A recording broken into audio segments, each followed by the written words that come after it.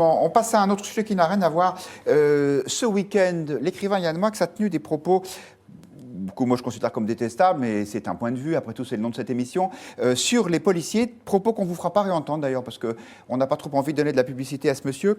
En revanche, je voudrais s'arrêter sur le fond du sujet. Qu'est-ce qu'a dit Moix? Il a dit ce sont les policiers qui ont peur aujourd'hui, alors qu'ils devraient intégrer cette peur, et sous-entendu, cette inquiétude n'est pas légitime. Écoutez ce que lui répond Stanislas Godon, c'est l'un des principaux patrons des syndicats, pas étudiants, mais policiers, puisqu'il est secrétaire national du syndicat Alliance, et il était ce matin chez BFM TV. C'est une insulte aussi aux 430 policiers par mois qui sont blessés, aux 7 policiers tués l'année dernière. Et c'est une insulte aussi au travail au quotidien de nos collègues qui œuvrent dans des quartiers souvent difficiles où on n'hésite pas, comme à Viry-Châtillon, à jeter des cocktails Molotov, à brûler les policiers.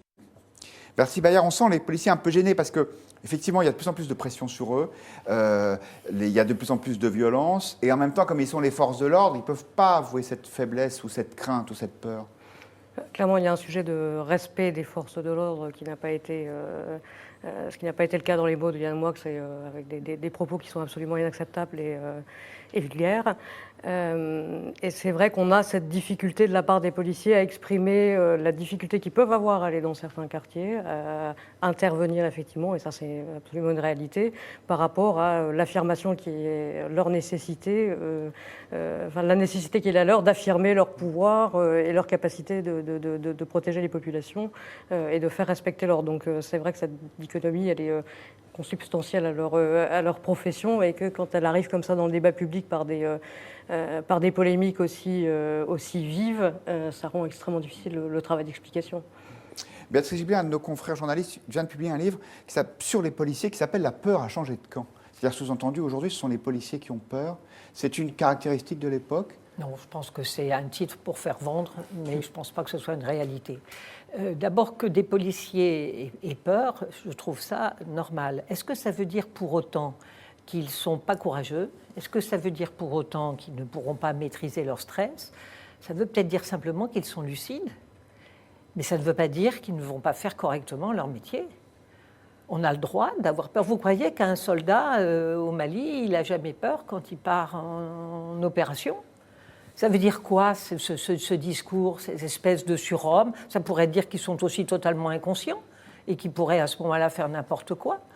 Par ailleurs, il y a quelque chose qu'il faut dire aussi, c'est que beaucoup de gens qui se trouvent en banlieue parmi les policiers, ce sont de très jeunes policiers, des gens qui sortent de l'école. On va mettre des renforts prochainement, parce qu'il a fallu le temps pour les former, mais c'est des gens qui n'ont pas d'expérience. Très souvent, d'ailleurs, ils viennent de petites villes ou d'un milieu rural, ils ne connaissent pas la banlieue, ils ne savent pas à quoi ça correspond. Et ils ont un certain nombre de représentations. Donc il y a là, je crois, une situation qu'il faut prendre en compte. Je pense que ce sont des gens qui font remarquablement leur métier, dans certaines situations extrêmement difficiles, et qu'on y mettrait des gens guéris. C'est un peu comme les professeurs dans les collèges. Il vaudrait mieux y mettre ceux qui ont un peu d'expérience que de mettre ceux qui viennent d'avoir le CAPES ou la GREG. Mais ceux-là, ils n'ont pas beaucoup de points, donc ils n'ont rien de droit de dire, et c'est là qu'ils vont aller. Ceux qui ont plus de bouteilles, ils vont pouvoir mieux choisir les endroits où ils vont. Il faudrait peut-être inverser les choses. Mais je pense que c'est absolument scandaleux de s'amuser à faire ce genre de choses. On ne fait pas un travail citoyen et on ne donne pas, j'allais dire, des clés pour comprendre et pour aider dans le travail extrêmement difficile qu'ils ont à faire. Frédéric Dabi, c'est un vrai sujet, mais mal posé. Mal posé, et surtout les propos de Yann Moix sur le fond ne rencontrent quasi aucun écho auprès des Français. Chaque année, nous testons la cote de popularité des policiers, des gendarmes et des pompiers. Elle est vraiment plébiscitaire, même s'il y a un petit dégradé entre les pompiers, puis les gendarmes, puis les policiers. Sur cette cote, il y a un avant et un après 2015, bien sûr. Ahmed Berabé, les ovations que la police a enregistrées lors de la marche du 11 janvier 2015. Et après l'attentat contre Charlie Hebdo. Après l'attentat contre Charlie Hebdo. Et puis, il y a un nouveau regard sur ces policiers, ces pompiers, ces personnes du SAMU qui sont attaquées lorsqu'elles doivent défendre les populations. On a entendu, je ne sais pas si ça a été vérifié qu'une équipe du SAMU du Var portait des gilets pare-balles vrai. lors d'interventions. Et c'est vrai que dans le discours et l'imaginaire des Français, les policiers deviennent des sortes de nouveaux hussards, de nouvelles personnes qui défendent le modèle républicain, ce qui n'empêche pas l'opinion de réagir aux bavures, parce qu'il y en a, mais il y a une très grande sensibilité lorsque les policiers sont attaqués. Ça avait été un des premiers sujets de conversation dans le Baromètre Match en mai 2016, lorsque des policiers à Paris avaient failli être brûlés vifs dans leur voiture près de la place de la République, où vous leur rappeliez l'affaire de Viry-Châtillon. On a une opinion qui est complètement, qui n'est pas du tout, je dirais, sensible à la rhétorique de M. Moix. Oui, parce que Yann Moix, non seulement reproche aux policiers d'avoir peur, mais en plus les accuse des pires violences. Oui, puisqu'il se réfère à son expérience à Calais, qui n'a rien à voir avec la police du quotidien, de ce point de vue-là. Vincent Trémolet-de-Villard, peut-être que si les policiers ont une certaine peur, c'est aussi parce qu'ils ont peur des sanctions de la hiérarchie, des poursuites judiciaires à la moindre bavure. En tout cas, ce n'est pas parce qu'ils manquent de courage, comme on le disait tout à l'heure. Je pense que s'ils ont peur, c'est qu'ils sont en première ligne des différents fronts ou des différentes fractures françaises. Ils sont en première ligne face aux islamistes, puisqu'à Montrouge, une policière a été tuée, à Magnanville, un couple a été poignardé, Xavier Jugelet a été tué sur les Champs-Élysées lors d'un attentat. Ils sont en première ligne face à la délinquance. Il faut se souvenir quand même de l'imaginaire créé par certains groupes de rap dont les chansons étaient sacrifices de poulet, donc des gamins grandissent avec comme rituel l'attaque du flic, c'était le cas des émeutes de 2005, et ils sont aussi en première ligne face à une extrême gauche qui n'a pas digéré la manifestation dont parlait Frédéric Dabi du 11 janvier 2015, où les gens disaient « je suis Charlie, je suis la police et je suis juif ». Où le chanteur Renaud chantait « j'ai embrassé un flic ». Et cette réconciliation autour de la police a été considérée comme insupportable par une extrême gauche radicale qui a fait ensuite du flic, et on en a vu notamment en flammes à des manifestations le 1er mai en 2017 aussi, la cible absolue. Il fallait qu'un flic meure. C'était à peu près ça. Donc ils sont face à ça, ils se battent comme ils peuvent et ils se sentent parfois politiquement un peu seuls, puisque on ne va pas aller sur la chaîne judiciaire ou sur les choix politiques de les aider ou pas. Mais donc il y a des raisons légitimes de se sentir isolé et d'avoir le sentiment de porter un fardeau qui est celui de défaillance de notre société et ils peuvent pas tout régler.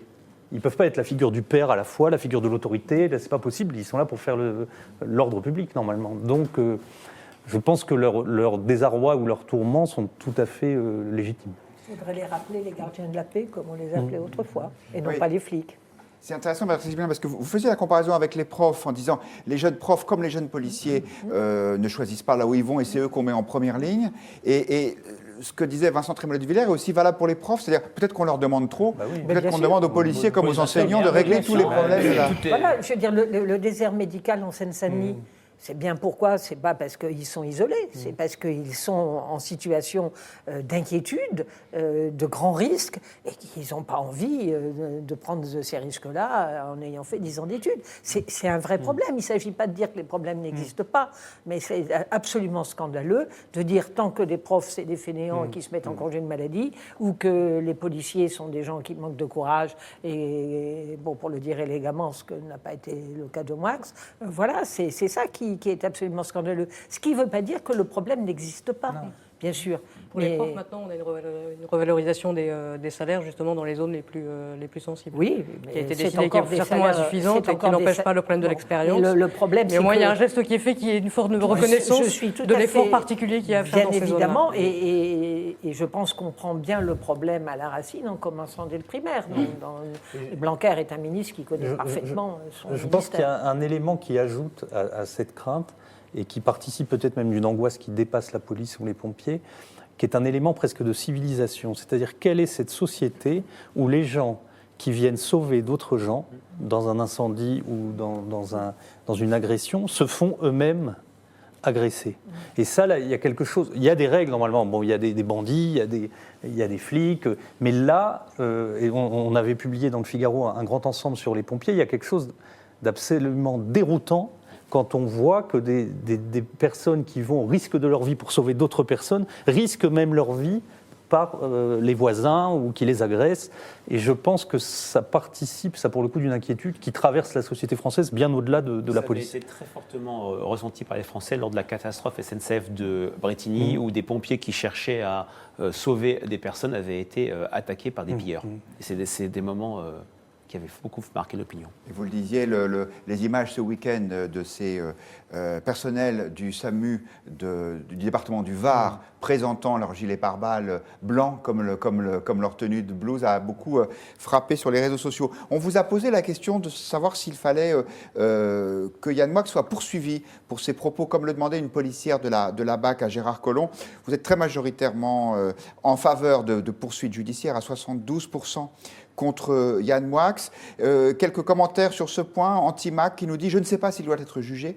Il a la liberté d'expression, quoi qu'on pense de ses propos, mais il doit être remis à sa place. » Tandis que Guillaume nous dit avec humour « Yann Moix devrait faire un stage avec la police nord-coréenne pour relativiser ses propos, puisque Yann Moix va, semble-t-il, enseigner le français. » de la chaire de je ne sais pas quoi. Voilà, de l'université. Cours de littérature française. En Corée du Nord. Un dernier point, est-ce que vous pensez que les réponses judiciaires sont les bonnes sur ce genre de polémique, Vincent Trémollet, où la liberté de parole doit être complète? Moi, je pense que la liberté de parole comprend la bêtise.